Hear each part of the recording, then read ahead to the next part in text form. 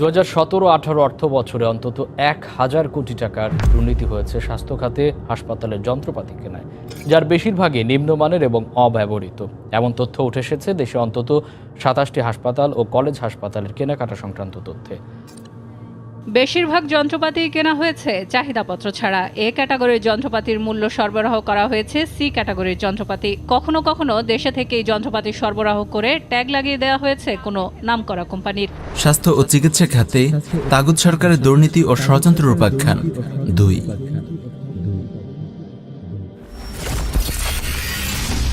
সরকারি medical college ও হাসপাতালগুলোর দুর্নীতি।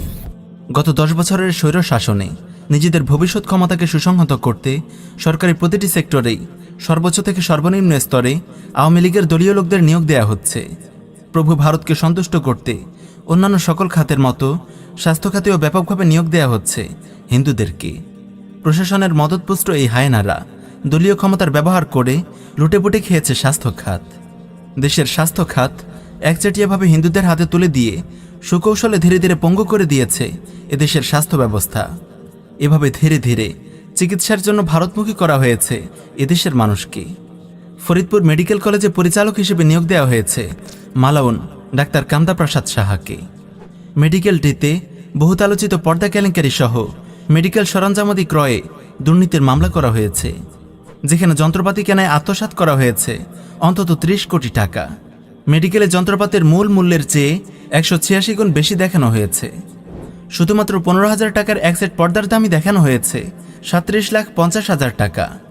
মামলার আরও আসামি করা হয়েছে ফরিদপুর মেডিকেল কলেজ ও হাসপাতালের সহযোগী অধ্যাপক ডাক্তার গণপতি বিশ্বাস শুভ, সাবেক junior consultant doctor Meenakshi Chakma এবং সাবেক প্যাথোলজিস্ট ডাক্তার এইচ.এম. নুরুল ইসলামকে। দুদকের করা মামলাটি রেকর্ড করে ফরিদপুরের দুদকের সহকারী পরিচালক কমলেশ মণ্ডল। কক্সবাজার মেডিকেল কলেজে পরিচালক হিসেবে নিয়োগ দেওয়া হয়েছে মালাউন ডাক্তার সুভাষচন্দ্র সাহাকে। 48 কোটি টাকার মধ্যে 37,48,00,000 টাকাই আত্মসাৎ করা হয়। গাজীপুরের শহীদ তাজউদ্দিন মেডিকেল কলেজ ও হাসপাতালে পরিচালক হিসেবে নিয়োগ দেওয়া হয়েছে আওয়ামী লীগ সমর্থিত স্বাধীনতা চিকিৎসক পরিষদ সাচিপের সভাপতি ডাক্তার মোহাম্মদ আমির হোসেন রাহাতকে। 175 কোটি টাকার নিম্নমানের যন্ত্রপাতি কেনা হয় এই মেডিকেলের জন্য। অধ্যাপক ডাক্তার এ.কে.এম. নুরুন্নবী লাইজু 2012 সালে এই কুলাঙ্গার আল্লাহ তার রসুল সাল্লাল্লাহু আলাইহি ওয়াসাল্লামকে নিয়ে মেডিকেলের ক্লাস চলাকালীন কটূক্তি করে। এই কুলাঙ্গারকেই পরিচালক হিসেবে নিয়োগ দেওয়া হয় রংপুর মেডিকেল কলেজে। প্রয়োজন না থাকা সত্ত্বেও রংপুর মেডিকেল কলেজে ভারী যন্ত্রপাতি কেনা হয় 4 কোটি টাকার। এছাড়া হাসপাতালটির বিরুদ্ধে আরও 20 কোটি টাকার অভিযোগ রয়েছে। এভাবে সমগ্র চিকিৎসা ও স্বাস্থ্য খাতেই চলছে আওয়ামী লীগ ছাত্রলীগের লুটপাট দুর্নীতি। স্বাস্থ্য সুরক্ষার জন্য দেয়া জনগণের ট্যাক্সের টাকা চলে যাচ্ছে আওয়ামী লীগের দলীয় লোকদের পকেটে। সাতক্ষীরা মেডিকেল কলেজ হাসপাতালের অধ্যক্ষ হিসেবে নিয়োগ দেওয়া হয় আওয়ামী লীগ নেতা ডাক্তার এস.জেড. আতিককে। এই হাসপাতালে চাহিদাপত্র ছাড়াই ভুয়া বিল দাখিল করে প্যাক্স নামের সফটওয়্যার সংশ্লিষ্ট যন্ত্রপাতির নামে 6,06,00,000 টাকা তুলে নেওয়া হয়। শহীদ এম. মনসুর আলী মেডিকেলে আত্মসাৎ করা হয় 250 কোটি টাকা। আর এই টাকা আত্মসাতে মূল ভূমিকা রাখে প্রকল্প পরিচালক মালাউন ডাক্তার কৃষ্ণ কুমার পাল। আওয়ামী লীগ সমর্থিত স্বাধীনতা চিকিৎসক পরিষদ সাচিপের প্রতিষ্ঠাতাদের মধ্যে একজন হলেন আওয়ামী লীগ নেতা ডাক্তার উত্তম কুমার বড়ুয়া। উন্নয়নের জোয়ারে দেশকে ধীরে ধীরে ডুবিয়ে দেয়া আওয়ামী প্রশাসনের মিডিয়া প্রপাগান্ডার উৎকৃষ্ট উদাহরণ এই ডাক্তার উত্তম কুমার বড়ুয়া। জনগণের ট্যাক্সের টাকা আত্মসাৎকারী এইসব চোরদের মিডিয়াতে কিভাবে হিরো হিসেবে দেখানো হয় তার উৎকৃষ্ট উদাহরণ এই আওয়ামী লীগ নেতা, যাকে নিয়োগ দেয়া হয় শহীদ সোহরাওয়ার্দী মেডিকেল কলেজের পরিচালক হিসেবে। হাসপাতালের বিভিন্ন কেনাকাটায় ঠিকাদারদের সাথে হাত মিলিয়ে আত্মসাৎ করে কোটি কোটি টাকা।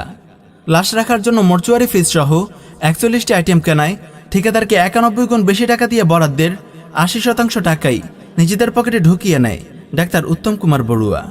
প্রাপ্ত তথ্যে দেখা যায় 17,70,000 টাকা দামের মর্চুয়ারি ফ্রিজ ক্রয় করা হয়েছে 1,98,20,000 টাকা দামে।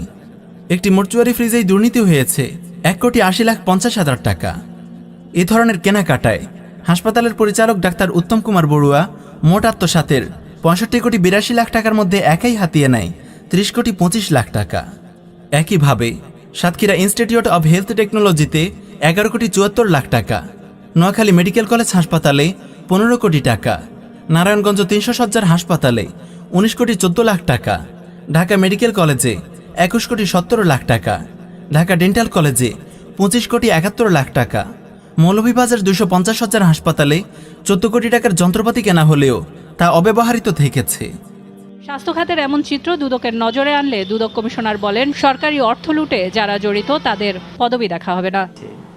এই ক্ষেত্রে রোগের চিকিৎসা না, বরং যিনি ক্রয়কারী তার স্বার্থ সংরক্ষণের জন্য কেনা হয়েছে।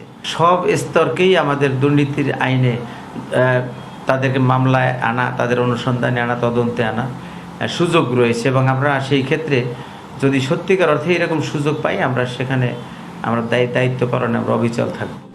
আফসোস, এই ধরনের মন ভরানো কথার ফুলঝুরি দিয়ে এদেশের মানুষকে আর কত বোকা বানানো হবে। সম্প্রতি পাবনা জেনারেল হাসপাতালের তত্ত্বাবধায়ক ডাক্তার মনোয়ারুল আজিজ 127 কোটি টাকার অপ্রয়োজনীয় মেডিকেল মেশিন ক্রয় সংক্রান্ত দুর্নীতিতে রাজি না হয় অবসরে যাওয়ার মাত্র 15 দিন আগেই তাকে বদলি করা হয়। এই হলো বর্তমান তাগুত সরকারের আইনের শাসনের নমুনা।